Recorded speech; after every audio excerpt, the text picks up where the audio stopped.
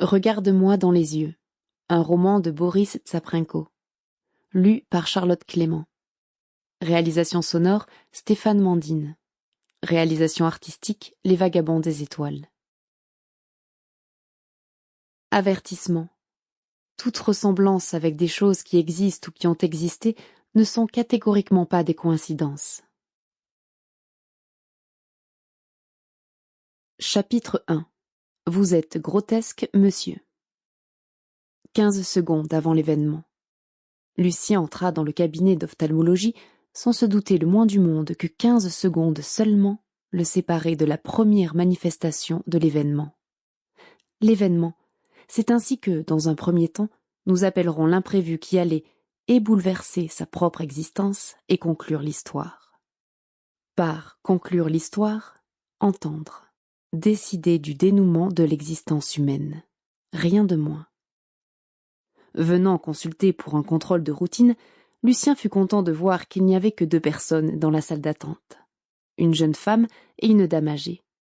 Elles levèrent les yeux vers lui. « Bonjour », leur dit-il. La dame âgée au fond de la pièce resta muette. La jeune fille lui rendit timidement un « bonjour », presque murmuré, avant de reprendre la lecture de sa revue. 13 secondes avant l'événement. Lucien s'assit en face d'elle, près de la porte, et lut un message d'Isabelle sur son téléphone. « N'oublie pas l'ophtalmo. »« J'y suis, » répondit-il. 5 secondes avant l'événement. Lucien rempocha son appareil en jetant un regard en direction de la dame âgée qui semblait l'observer à la dérobée par-dessus ses lunettes. Son attention fut retenue par une table basse remplie de magazines, mais il n'y vit rien de vraiment intéressant. 0 seconde avant l'événement. Cela commença quand il releva la tête. Il s'agit du moment même où il posa les yeux sur une grande affiche. C'était une image plutôt insolite, mais Lucien s'étonna avant tout de ne pas l'avoir vue avant cet instant.